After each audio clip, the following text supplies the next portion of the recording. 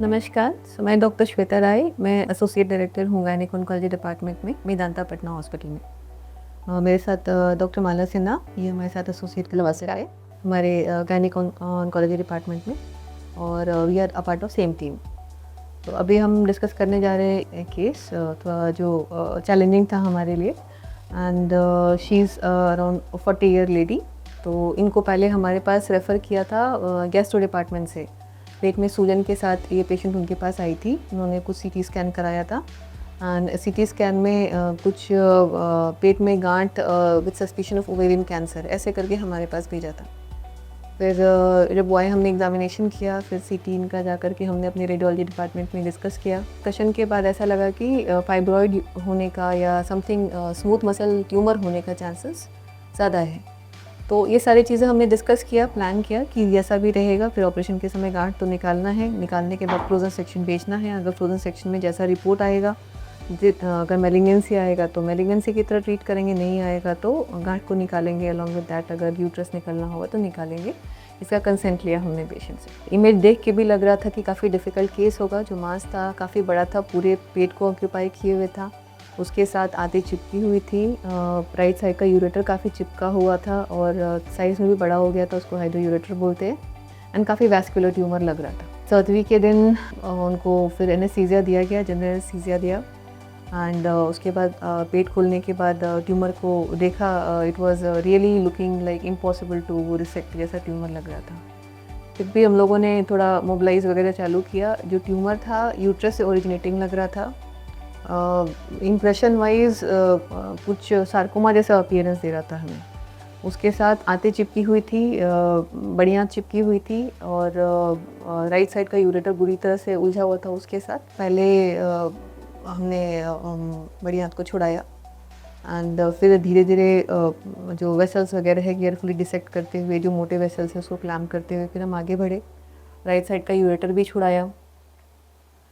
Surrounding सारे vital structures को हमने उससे सेपरेट कर लिया। इसके बावजूद मास इतना बड़ा था कि उसको ओवरऑल नीचे से निकालना मुश्किल हो रहा था, रिट्रीव करना ही मुश्किल था, पूरा डीपली इम्पैक्टेड था पेल्विस में।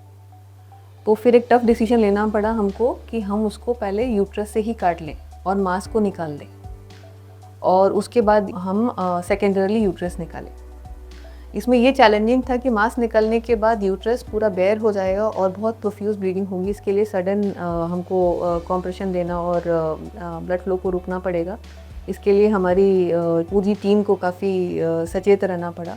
मांस को निकाला हमने, और उसके बाद फिर हमने पूरे यूट्रस को कॉम्प्रेस किया, एंड फिर जितना फास्ट हो सकता है यूट्रस को साथ में निकाला, एंड जो मांस निकाला था उसको हमने जांच के लिए भेजा फ्रोजन सेक्शन पे। फिर रिपोर्ट में कुछ उस समय कुछ मेलिग्नेंसी नहीं बताया, तो उसके यूट्रस निकालने के अलावा हमने कुछ और टिश्यूज़ उसमें नहीं निकाले।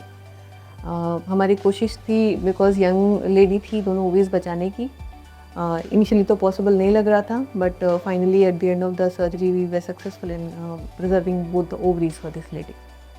सो पोस्ट ऑपरेटिव पीरियड में उसको आईसीयू स्टे लगा था 1 दिन के लिए, and then post operative day 3 पे patient is discharge in a good shape. Post operative 10th day को हमने बुलाया था उन्हें स्टिच रिमूवल के लिए, स्टेपलर रिमूवल के लिए, साथ साथ हिस्टोपैथोलॉजी जो फाइनल आता है उसको डिस्कस करने के लिए। फाइनल हिस्टोपैथोलॉजी में इसे दिया गया एंजियोलियोमायोमा। एंजियोलियोमायोमा एक बोलते हैं vascular leiomyoma, also known as vascular leiomyoma. Leiomyoma fibroid को कहते हैं, जिसमें ब्लड वेसल्स की संख्या बहुत ज़्यादा हो जाती है, तो उसको वैस्कुलर लियोमायोमा बोलते हैं। This is a very rare tumour, तो बहुत कम होता है। मेनली ये लोअर एक्सट्रीमिटी और अपर एक्सट्रीमिटी सॉफ्ट टिश्यू ट्यूमर में होता है। ये यूट्रस में बहुत रेयर है, अभी तक सिर्फ 15 केसेज ऐसे रिपोर्टेड है, और जिसमें से हमारा ये केस भी आता है। Otherwise patient post of day 10 को बिल्कुल कंफर्टेबल थी, tolerating normal diets, passing urine motion normally, stepless निकाला, स्टिच लाइन बिल्कुल हेल्दी था, and after 6 months of this surgery patient is doing well, she is fine. So because इतना rare tumour था, हमें लगा कहीं कुछ कैंसर फोकस वगैरह हो जो मिसिंग हो करके, इसलिए 6 महीने बाद का फॉलोअप काफ़ी ज़रूरी हो जाता है। तो 6 महीने बाद हम लोगों ने बुला करके इमेजिंग वगैरह किया, देखा तो एवरीथिंग इज़ फाइन। सो सबसे पहले तो हाई इंडेक्स ऑफ सस्पिशन, ऐसे बड़े मासेस में इसको बहुत लाइटली लेके ना चले। ऐसे सेंटर का चुनाव करें जहाँ पे एक ट्रेंड टीम हो, जो कि डिफ़िकल्ट एब्डोमिनल सर्जरी में पारंगत हो एंड अकेला बंदा इस सर्जरी को करने के लिए पॉसिबल नहीं. We need a trained team. I was lucky I had Mala by my side and other team members जो थे हमारे 2 सीनियर रेसिडेंट्स थे, डॉक्टर नारना एंड डॉक्टर विद्या. सो हमने मिलके ये सर्जरी किया था.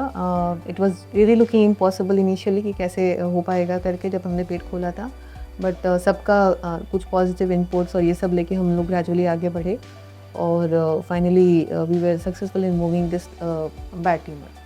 तो सबसे इम्पॉर्टेंट हो गया इसमें गुड सेंटर का चुनाव करना जहाँ पे properly trained doctor and doctors की टीम हो, proper radiology opinion.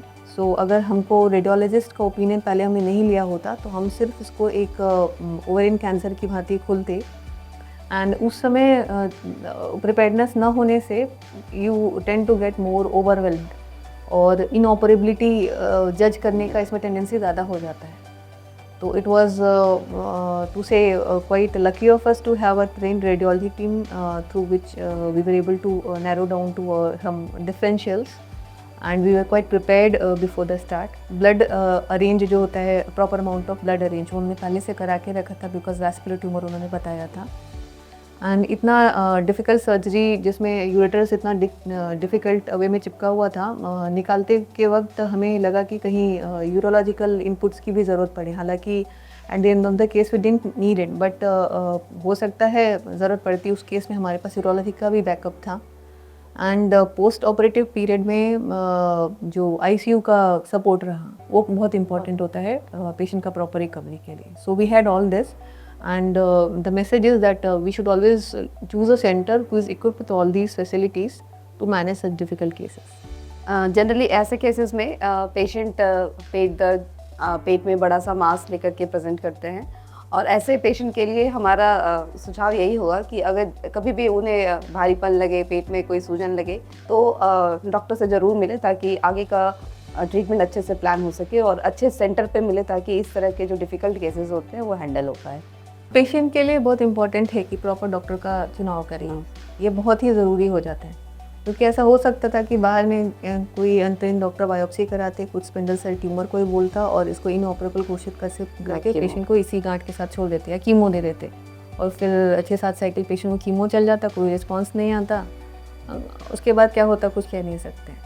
So proper doctor का चुनाव, प्रॉपर सेंटर का चुनाव होना पेशेंट के द्वारा बहुत ज़रूरी हो जाता है. Referral doctor obviously becomes important अगर पेशेंट डॉक्टर के पास जाए, बट बहुत बार पेशेंट खुद चुनता है डॉक्टर को, तो वो थोड़ा प्रॉपरली सेलेक्ट करें. डायग्नोसिस मतलब primary diagnosis is most important. पहली बार तो हम ऑपरेशन के बाद 1 महीने के बाद बुलाते हैं पेशेंट से मिलने के लिए कि वो कैसा कर रही है, कोई दिक्कत तो नहीं है. उसके बाद 6 महीने पे बुलाते हैं एक CVC खून की जांच करा करके और स्क्रीनिंग एक अल्ट्रासाउंड करा सकते हैं. ज़रूरत वैसे नहीं अगर क्लिनिकली पेशेंट ठीक है तो. उसके बाद हर 1 साल पे एक बार पेशेंट आकर के दिखा सकती है नॉर्मल CBC और अल्ट्रासाउंड के साथ. क्योंकि फाइनल डायग्नोसिस कैंसर नहीं था तो हम लोग बहुत स्ट्रिंजेंट फॉलोअप के लिए नहीं बोलते हैं, बट इतना बड़ा ट्यूमर निकला है इसके लिए थोड़ा फॉलोअप तो रखते हैं. तो पहली बार 6 महीने बाद बुलाया, अभी साल में एक बार देख लेंगे ऐसे.